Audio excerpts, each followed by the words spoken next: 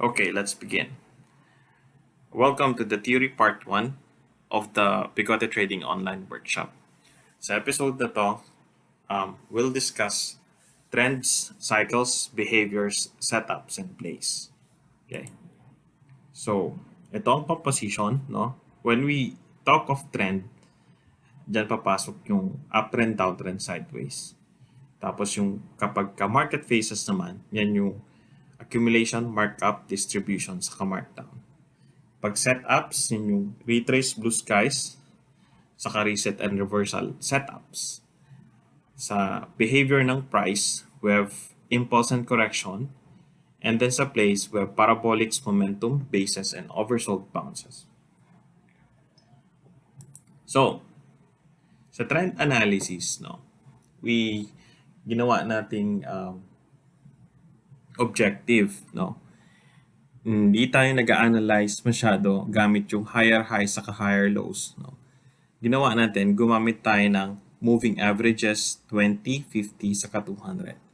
So sa Bigote trading, ang ibig sabihin lang naman kasi ng moving average is yun yung parang average cost ng mga buyers and sellers or ng buyers for a specific period of time. No? Yung MA200 is basically, di ba sa isang taon meron kang 365 days. No? Ang trading days niyan kung 5 per week mo, yung 365 ni-round na lang nila yan sa 200 trading days. Okay? So basically, yung MA200, ang ibig lang sabihin yan yung average cost ng mga bumili for the last 200 days or for the last year, no? Ngayon, itong MA50, this is a quarter of 200. So, ito yung average cost ng for 1 quarter. Yung MA20, this is the average cost for 1 month. So, basically, no,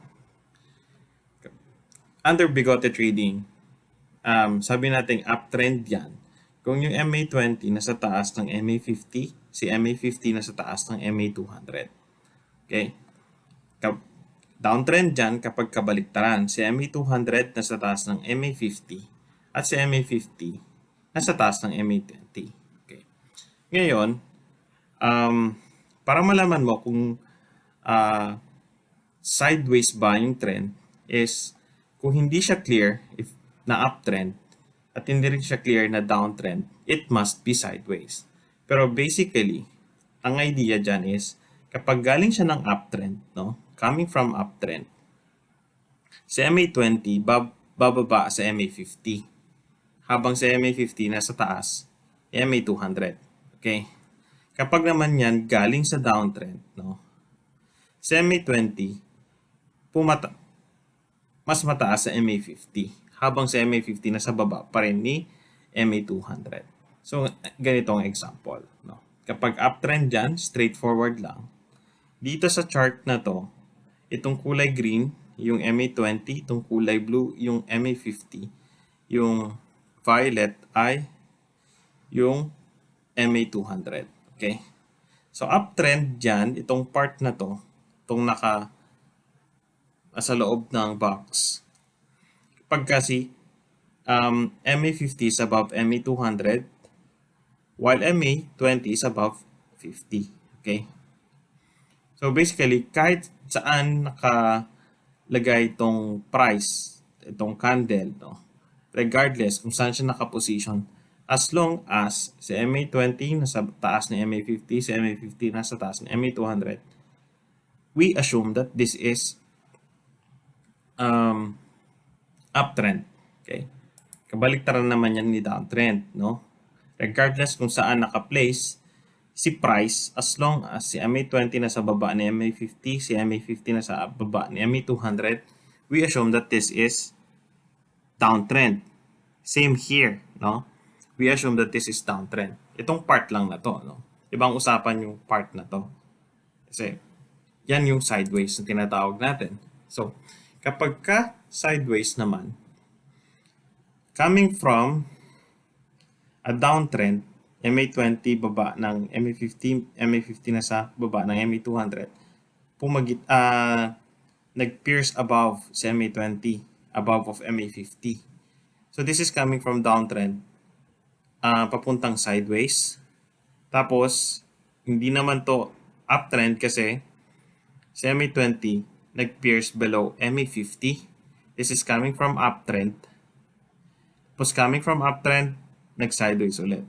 So basically, kung hindi siya malinaw na uptrend or downtrend, itong dalawang to, it must be sideways.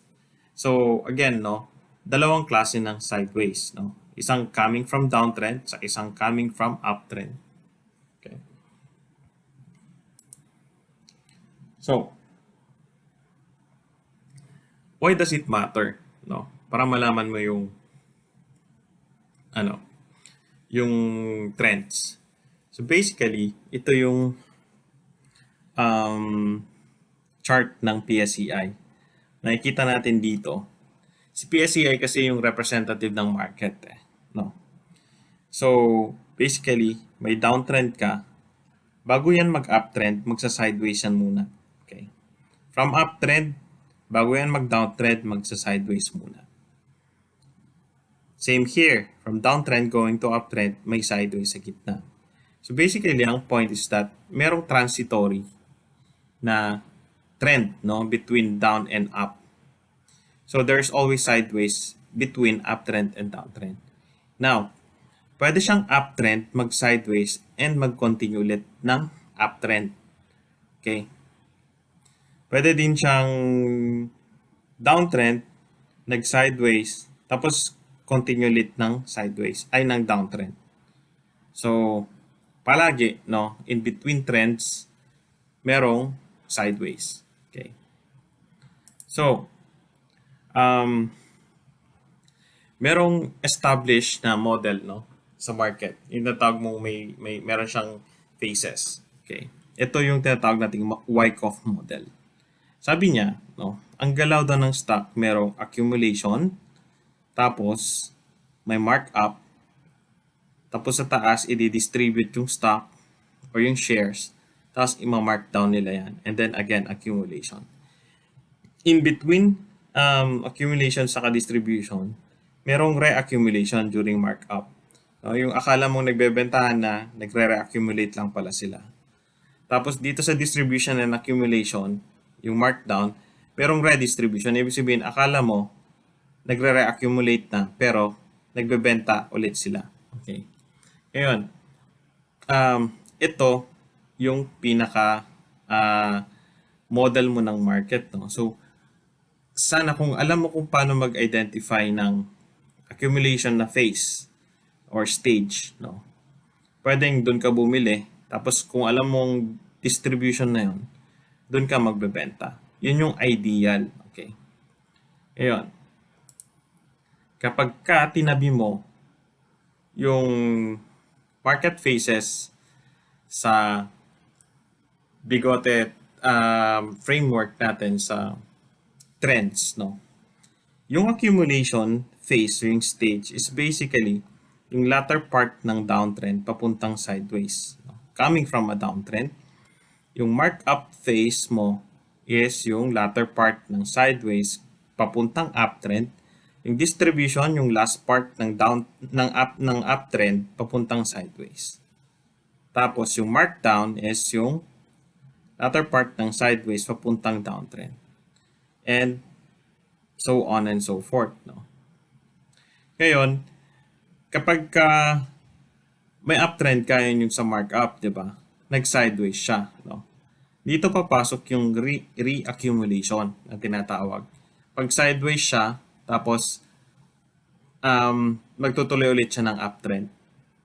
So, basically, kumbaga, mukha siyang distribution, pero since nagtuloy pa uptrend, malamang yung market phase na yun is just reaccumulation. Okay? Patungo naman sa downtrend, no, since nag-sideways siya dito, no, pwedeng redistribution yan kasi nagtuloy ulit siya ng downtrend sa part na to. Okay. So basically, magkakaroon ka ng idea, no? Kung ano na yung market phase ah, ng market, no? Based sa trends natin using moving averages, no? Hindi ka na masyadong nanghula sa visual. Meron kang signs, no? Basically, sundan mo lang itong Bigote model natin, Bigote framework natin in identifying trends. Okay. So, to summarize, no, is basically sa market cycles, pwedeng mag-start yan sa downtrend. Tapos, pag downtrend, magsa-sideways siya coming from downtrend. Okay? Ngayon, yung sideways na yan, pwede siyang bumalik papuntang downtrend agad. Or, mag-transition na yan to uptrend. Okay? Ngayon, pag sideways papuntang uptrend, yung setup na tinatawag natin doon, yung magre-reverse siya from downtrend, naging sideways, it reverses yung downtrend going to uptrend. Okay. Ngayon, coming from uptrend, pwedeng magtuloy-tuloy yan papuntang uptrend. Diyan pumapasok yung setup natin ng magre-retrace lang yung price below MA20. Yun yung retrace, or mag-stall lang yung price, no? Na hindi naman retrace below MA20. Yun yung blue sky setup natin. Okay. Now, coming from uptrend, pwede siyang mag-sideways. And then, it will go back to uptrend. So, in this case, tinatawag natin, ni-reset lang nung sideways yung uptrend. Tutuloy pa rin siya ng papuntang uptrend. Okay. So, dito pumapasok yung reset setup. Now, coming from uptrend, pwede siyang mag-sideways. Okay? And yung sideways na to, pupunta na siya ng downtrend. So, kung i-relate natin tong flow nito, no, sa market phases, no, yung coming from downtrend papuntang sideways, that's the accumulation phase. Now, itong from sideways papuntang uptrend, that's the markup phase. Itong pag sideways niya, coming from uptrend, pabalik ng uptrend, no? That's the reaccumulation phase. Tapos, yung from uptrend papuntang sideways, that's the distribution. And yung from sideways going to downtrend, that's the markdown phase. So, basically, ganyan lang kasimple yung market cycles natin based sa ating framework. Now, so ang example mo ng reversal, ang anatomy kasi ng reversal is that galing siya sa downtrend, nag-sideways, tapos nag-uptrend. So basically, using yung moving averages mo, ma-identify mo na this is downtrend. Yung 20 nasa baba ni 50, 50 nasa baba ni 200. Tapos nag-sideways siya, no? Si 50 nasa baba ni 200, but yung MA20 nasa taas ni MA50. So, nag-sideways siya, and then it reverses to uptrend. Basically, itong model na to. Yan. Okay? Next. Retrace setup. Ang retrace setup is coming from uptrend, nag-continue lang ng uptrend, pero nagre-retrace siya below MA20. So, ang criteria niyan is kailangan may ongoing na uptrend, meaning 20 above 50, 50 above 200. Tapos si price magre-retrace below MA20, and then it will proceed papataas, no? So, kumbaga, nagre-retrace lang siya below MA20, pero gagawin yan, tuloy pa rin yan sa up move. Okay. Sa blue skies naman, no, uptrend, papuntang uptrend pa rin yan.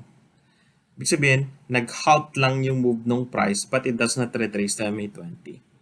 So, blue sky, no? Kaya siya blue sky kasi nga, walang harang. Pag blue sky, malinaw. No? Papataas ng ganon. So, basically, from uptrend, 20 above 50, 50 above 200, meron kang move nito, nag-halt lang, but it does not retrace to MA20, and it continues its move upward. So, yan, blue sky setup. Ang reset naman is, 'di ba, dito meron kang dating uptrend, nag-sideways tapos nag-continue uptrend. So, ang anatomy niyan is uptrend, nag-sideways, meaning yung coming from uptrend, si MA20 nag-cross down ng MA50. All the while, si MA50 is above MA200. Okay. And then, instead of transitioning to downtrend, no, nagko-continue siya ng uptrend ulit. Kumbaga, itong sideways na to, ni-reset niya lang yung uptrend, papuntang another uptrend. Okay? So, ngayon, dito papasok yung tinatawag nating behavior ng price. Okay? Dalawang um, dalawa lang naman ang behavior ng price, no? Isang impulse, tapos isang correction. Okay. So basically, yung impulse, impulse, correction, impulse, correction, impulse, correction, impulse, and then correction. So, ang impulse, o yung kung maririnig nyo sa ibang mga traders or nagtuturo, yun yung magnitude or price expansion. Ito yung ibang terms na ginagamit in identifying impulse, no? So basically, siya yung sharp na change in price over a short period of time. Kumbaga, lumalayo siya sa moving average. Okay? Ang kabaliktaran niyan is corrections, no? Or other words for correction, duration or price contraction. Sabihin, nagko-contract yung price. So basically, para siyang sideways movement in price and then moving towards the moving average. So dalawang klase ng correction, no? Pwedeng mag-correct siya in time, ibig sabihin, imbes na magtuloy-tuloy siya ng pataas ng ganun, magbabay muna siya ng time, no? Yung sideways na straight na ganito. Or yung price, ibig sabihin, yung kung ano yung tinaas niya, no? Iko-correct niya yung i-retrace niya pababa. For example, itong height na to, iko-correct niya yung true price, ibig sabihin babawiin niya yung ibang presyo. Unlike dito, nag-consolidate lang siya ng hindi naman masyadong mababa yung binawi niya sa price. So, naghintay lang siya ng time. Pagka ganun. Okay. So, to illustrate, no, yung impulse and corrections.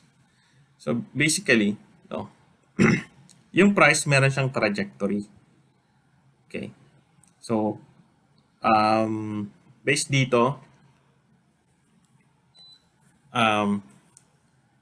dito sa vertical axis, ito yung price, tapos ito yung time. Basically, para tong chart, price chart. Okay. Ito yung trajectory niya. Kapag yung price may impulsive move, no, impulse, magko-correct yan, either correction in price, ibig sabihin, babawiin niya yung ibang minove niya, ginain niya sa price, para makaayon siya dun sa trajectory. Or, mag-halt lang siya ng konti, no? Para,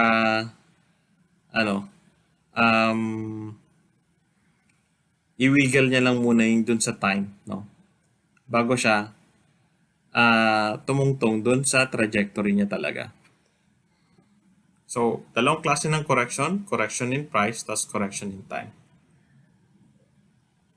Or yung tawag natin, no, kapag correction in price, yun yung falling correction. Pag correction in time, yun yung flat correction. Example, okay. Ito yung talagang ito yung chart ni MacroAsia. Itong line na to, no, ito yung parang trajectory or target price. Okay. Ngayon, nagka-impulsive move dito, tapos binawi niya through falling correction. Ibig sabihin, correction in price. Tapos may impulsive move ulit, no, going away moving from the moving averages. Tapos nag-halt yung price, but it does not go back to the MA20 flat correction or blue skies. Tapos, ganun ulit dito. Flat correction. And then, yung correction can be a combination. No? Pwedeng flat and falling. Falling or flat, no? Na correction. Okay. Anong sense nung um, pag-identify natin ng behavior ng price? Okay. So, it matters sa pag-identify mo ng criteria mo ng kung what is a retrace. Okay. Now here we're talking of specific na ng specific setups. So sa retrace setup, no, there should be a prior impulse. Okay? So yung pag-retrace niya, there should be a prior impulse. So basically, itong retrace na setup is just a correction, no? Correction in price. Okay? Now, sa blue skies naman, no, prior to the correction mo, there should be a prior impulse. So basically, a blue sky is just a correction in time, no? So nag-halt siya, hindi siya nag-retrace back. So impulse, correction, impulse. Okay. So basically, no, yung sinasabi natin, retrace and blue sky appear as corrections in daily time frame. So it becomes clear, no, the setup na sinasabi nating retrace and blue skies were simply corrections, no. Okay. So, ang price behavior mo naman, no, if we're looking at a weekly time frame, no, yung resets and reversals appear as corrections naman in a weekly time frame. So, mas malaki silang corrections compared to a retrace and blue skies, no. Mas mahaba yung duration ng kanilang correction. That's why they appear as corrections in weekly time frame. Ang ibig sabihin kasi ng fractal is the whole is composed of parts that are similar to the whole. Ibig sabihin, self-repeating patterns, no? Kumbaga, kung papasok ka sa daily time frame, no? Itong impulse mo dito sa weekly time frame, composed siya ng maliliit na retrace and blue sky sa daily time frame. Ganun ang fractal. No? Okay. So, just to show you na, a retrace and blue sky appear as corrections in daily time frame. And then they could form part, yung retrace and blue skies mo, no, can form part an impulse in a weekly time frame. And in a weekly time frame, ang retrace and ang reset and reversal setups mo appear as corrections in a higher time frame. Okay. So basically, no, it boils down. So everything that we're talking about, price behaviors, it boils down to identifying kung yung movement ba is an impulse move or corrective moves. Okay? So basically, yung setups at saka play natin, ang trinatry lang natin i-identify dyan is impulsive move ba yan or correction or start na ng impulse or nagko-correct siya. Okay? Kasi nga, dito lang naman gumagalaw yung price, no? Once you know yung impulse or corrections, no, edge mo na yon sa trading. Okay? Basically, no, sa setups natin, yung small retrace and blue skies, yung big corrections mo na reset sa reversals, basically, those setups aims to exploit lang yung corrections. Okay? So, since alam natin na pagkatapos ng correction, may impulsive move yan.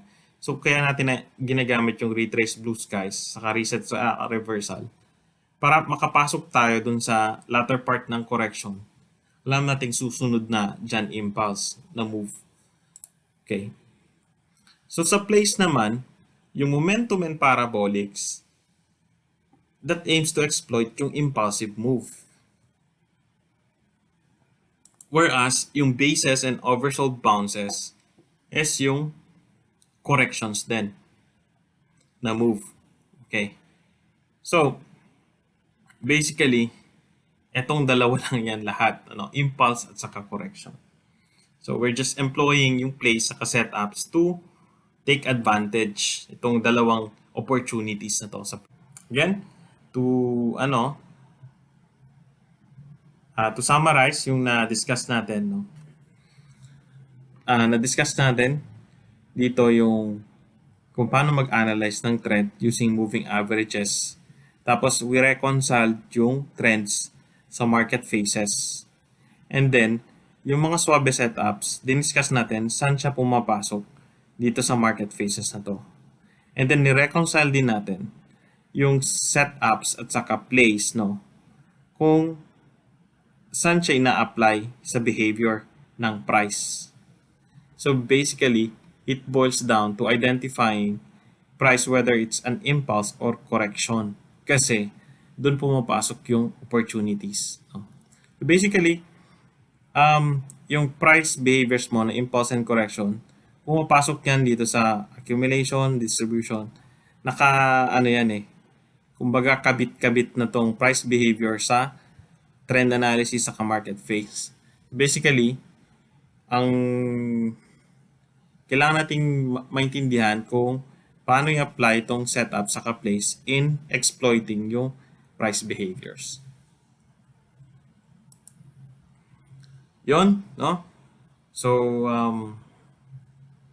stay tuned for Theory Part 2, Market Sentiment.